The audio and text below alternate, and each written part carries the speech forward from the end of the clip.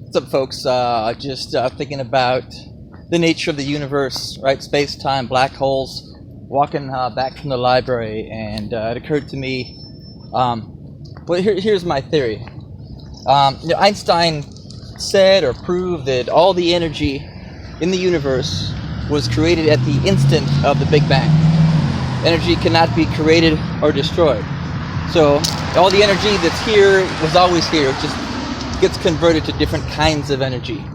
And based on that understanding of the universe, somebody like Nietzsche had come along and proposed a theory of eternal recurrence, that because there's a finite amount of energy in the universe, there's a finite number of ways the universe can organize itself. So we keep returning and reliving our lives, which I find unsatisfactory.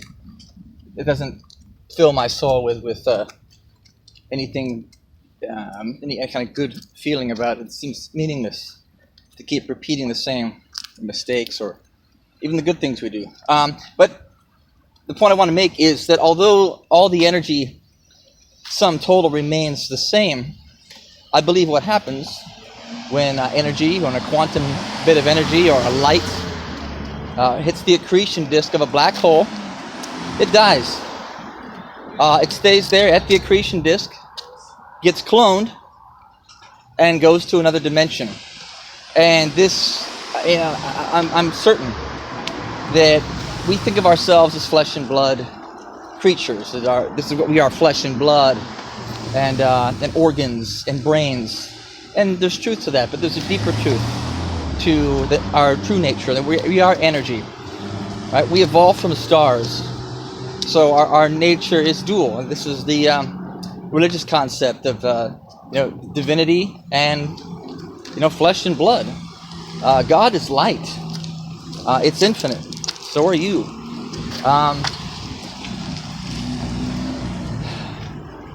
What's my point with this? So yeah, you die in one dimension, you wake up in another dimension. So much of our mythology and religious mythology really is about this experience, the rite of passage. And man, we all die many times, but the big one, the big rite of passage is, boy, the universe lets you know. They say that we get premonitions or get signs, tip-offs that we're about to die. So what happens?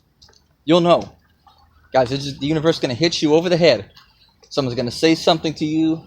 You're going to experience something from a dream, a movie, a story. A lot of people misinterpret these signs and they get scared, like they're losing if they're cracking up. But these are signs from a loving universe to help guide you through. And on that note, it's schizophrenia. And people that are experiencing schizophrenia, they say that there are increased levels of DMT, the spirit molecule found in the blood. And DMT is a strong hallucinogen. So we have these religious experiences, and it's secreted in the pineal gland, which is a fascinating bit of the brain that you should really get educated on. And I'm kind of rambling here, but the pineal gland, the structure of it resembles, it's named after a pine cone. And if you look at a pine cone and the features of it, the way that these rows appear in spirals, crisscross spirals, this is a big tip-off to the nature of reality, which is the universe. It's positive and negative energy spinning round and round. And this rotating energy of the earth, we see in Fibonacci numbers, Archimedes spiral, the golden ratio. You see it in I guess it's called the Novalis pattern, snail shells, hurricanes.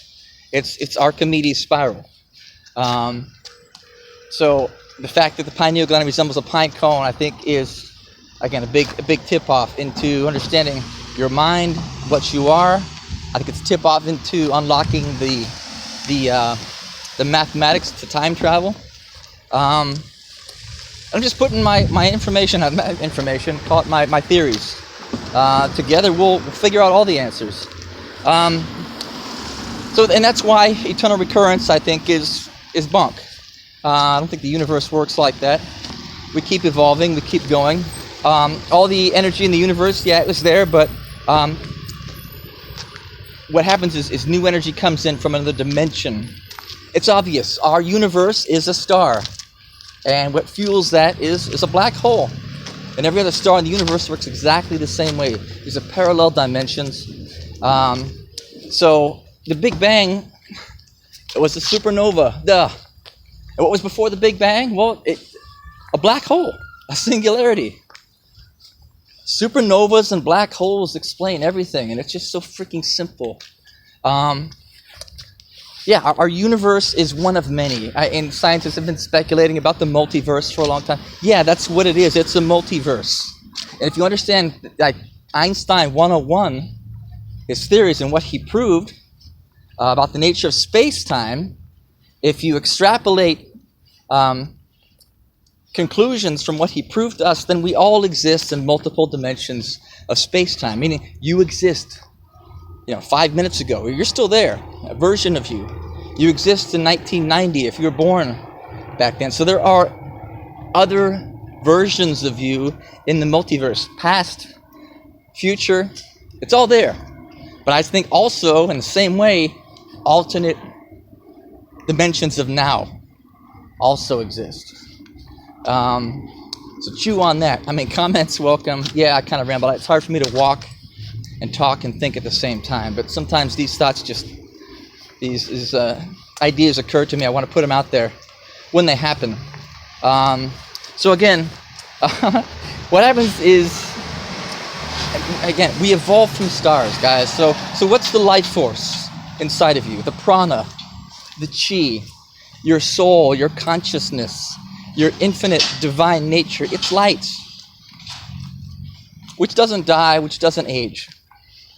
It's the flesh and blood, which to me, I don't want to say it's fake. It's a real experience, but it's not as real as the energy. So matter is energy and vice versa, but the matter is an illusion. All matter is mostly empty space. It's a hologram.